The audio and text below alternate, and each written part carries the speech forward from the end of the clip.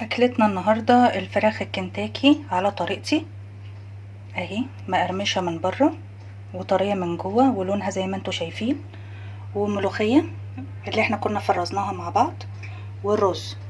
تعالوا نشوف عملنا الاكله الحلوه دي ازاي. ازيكم حبايبي يا احلى متابعين في الدنيا، يا رب تكونوا بخير. يوم جديد ووصفه جديده يا رب تعجبكم. النهارده حبايبي هنعمل فراخ. الفراخ عندي دي 2 كيلو، مش صغيره، بس هنعملها بطريقه الكنتاكي الكريسبي. ومعايا هنا رز 2.5 كوب، ومعايا كيس ملوخيه من اللي احنا كنا مفرزينها مع بعض لو تفتكروا، وعملناها برضو في فيديو تفريز الملوخيه. تمام كده، لان الملوخيه اللي في السوق صغيره لسه محلوتش، يعني هنستنى اما الملوخيه بقى تحلو وتبقى في الموسم بتاعها، وبرضو ايه هنخزنها. تمام، يلا بينا نبدا مع بعض. الفراخ عندي هنا كانت في الفريزر، طلعتها شطفتها شطفه سريعه كده وجهزتها خلاص، هنحطها وهنسلقها. بس قبل ما اجمدها طبعا كنت غسلاها في محلول النقع، اللي هو ميه و3 معالق دقيق، معلقتين ملح، معلقتين سكر، ليمونتين، وبقى احط معاهم القشر بتاعهم. دي انا بحطها بس مع الفراخ المجمده عشان الزفار. تمام، يلا بقى نبتدي مع بعض. اول حاجه بجيب حله زي ما انتوا شايفين فيها ميه سخنه بتغلي عشان اسلق الفراخ. هحتاج بصلايه، طماطمايه،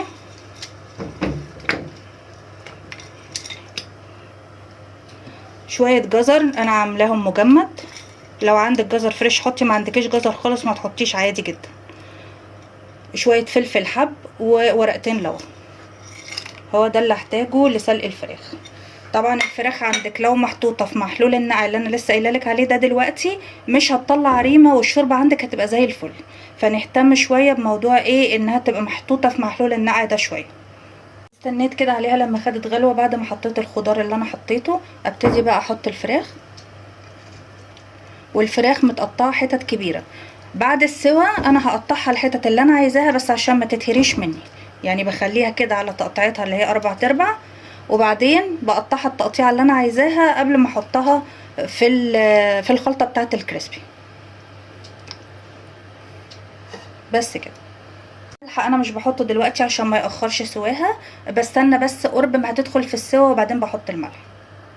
بعد ما الفراخ عندي غلت كذا غلوه وقرب ما هتدخل في السوا انا ضفت لها الملح. طبعا الملح على حسب الرغبه، زي ما كل حد عايز يحط ملح براحتك. وبس كده هسيبها تكمل سواها، انا مش عايزاها تاخد سوا كامل، 3/4 سوا كده وهطفي. طلعنا الفراخ عندي 3/4 سوا اهي وماسكه نفسها، هسيبها بس تهدى وبعد كده هقطعها واحطها في الخلطه اللي قلت لكم عليها. نعملها مع بعض كنتاكي كريسبي.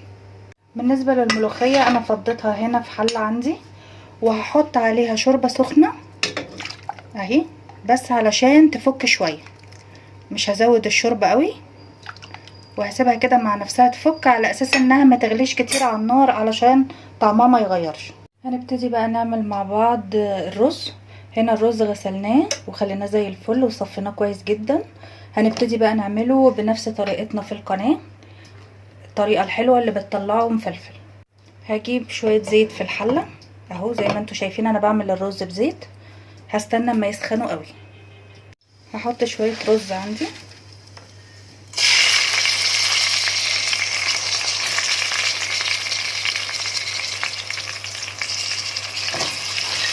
احمره كويس جدا عشان الرز يطلع عندي مفلفل زي ما احنا متعودين في القناة. بستنى على الرز لغاية ما بياخد اللون القمر ده اللي احنا شايفينه، يتحمر قوي، وبعد كده بحط الشعرية طبعا على حسب الرغبة، بس بما انها يعني ملوخية فانا بحب الشعرية كتيرة شوية. بستنى على الشعرية لغاية ما تحمر وكلها تاخد لون واحد مع الرز كده. بحط باقي الرز،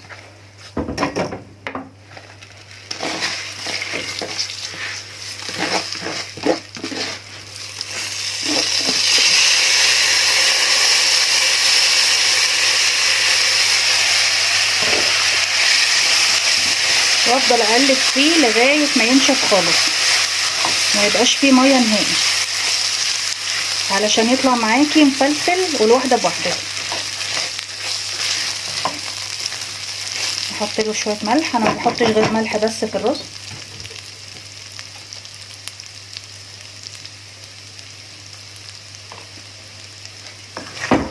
وافضل برضو اقلب فيه لغايه ما يتغلف، الزيت يغلف كل رزايه.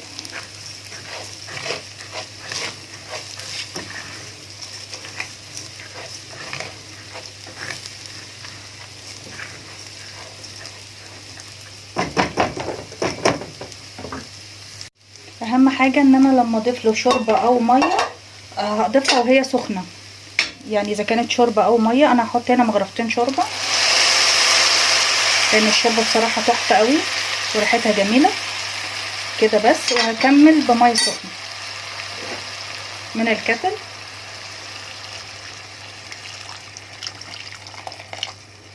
وبرده عشان ما يبقاش دسم قوي، لو عايزاه دسم قوي براحتك حطي كله شوربه عادي.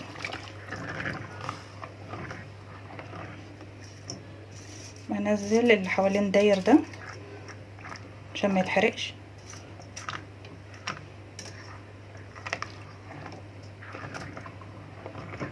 بس كده واغطيه واسيبه ياخد سواه. ادي الرز عندي اهو بعد ما استوى زي ما انتوا شايفين اهو، الواحده بوحدتها ومفلفل خالص اهو، وريحته تحفه يا جماعه. ادي الفراخ عندي بعد ما خليتها من الجلد خالص زي ما انتوا شايفين كده، وقطعتها بسكينه حاميه. الصدر مثلا قطعته كذا تقطيعه كده زي ما انتوا شايفين عشان كلها تتشرب من التتبيله اللي انا هعملها معاكم. هجيب بوله فاضيه احط فيها شويه لبن،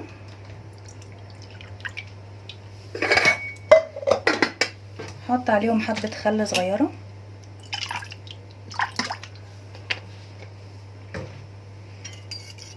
علشان عايزه الخليط يكون تخين شويه ما يبقاش خفيف.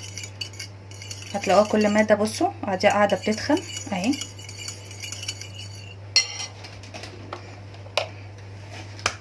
هجيب بيضه عليها وشويه ملح بفلفل.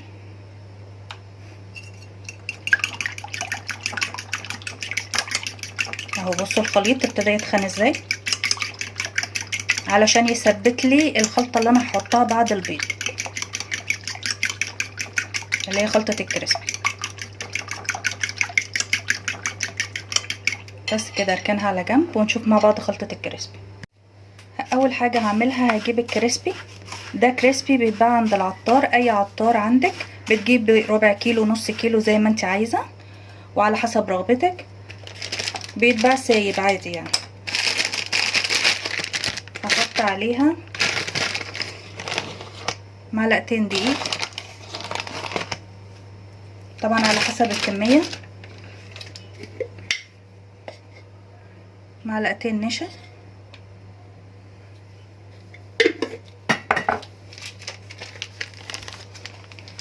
نص معلقه كده بيكنج باودر، وبقلب ده كله مع بعض. بالنسبه للتوابل اللي هحطها عليه ملح وفلفل، بصل بودره، كاري، شطه، بابريكا.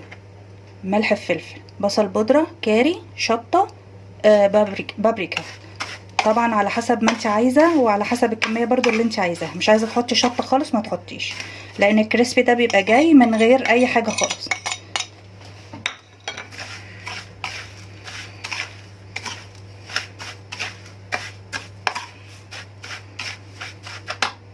هبتدي بقى احط الفراخ في الخلطه. هحطها في البيض واللبن الاول، وبعدين احطها في الخلطه واتاكد ان كلها اتشربت منها. يعني ادوس فيها جامد كده وما تقلقوش مادام هي 3/4 سوا، يعني هي ماسكه نفسها فمش هتفك منك ولا اي حاجه اهي.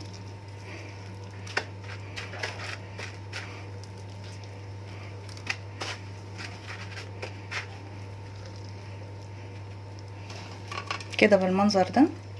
خد حته كمان.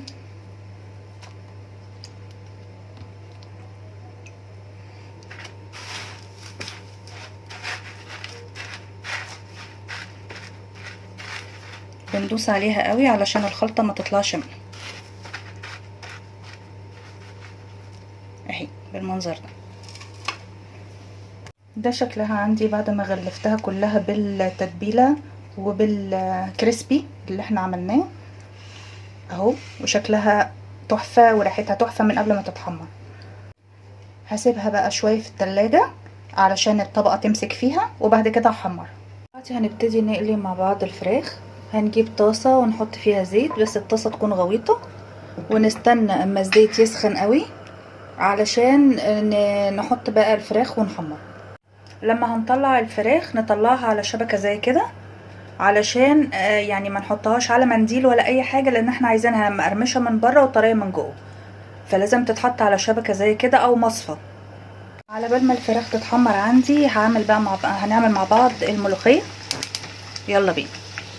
ادي الملوخيه عندي فكت خالص زي ما انتم شايفين اللون بتاعها اهو. هشوف لو احتاجت شوربه احط لها، ما احتاجتش خلاص. بصوا الفراخ طالعه لونها حلو ازاي اهي. ما بزودش انا عن اللون ده في التحمير. هو كده سمك الملوخيه تمام اهي زي ما انتم شايفين، ولونها اخضر زي الفل اهي. تحفه يا جماعه. ما نخليش الملوخيه تغلي قوي،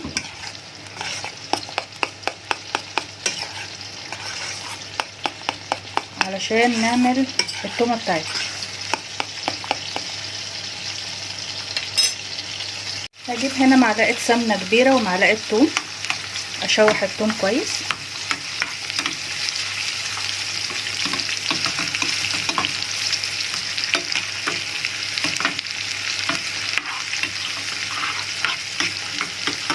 كده بالمنظر ده.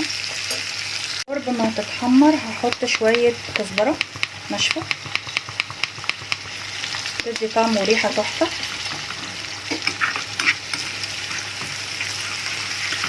ونخلي بالنا انها ما تتحرقش عشان ما تمررش الملوخيه.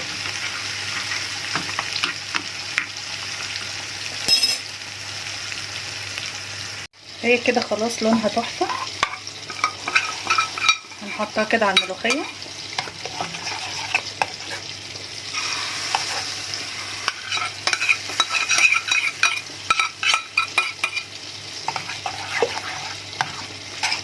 ريحتها تحفه يا جماعه اهي، ولونها اهو.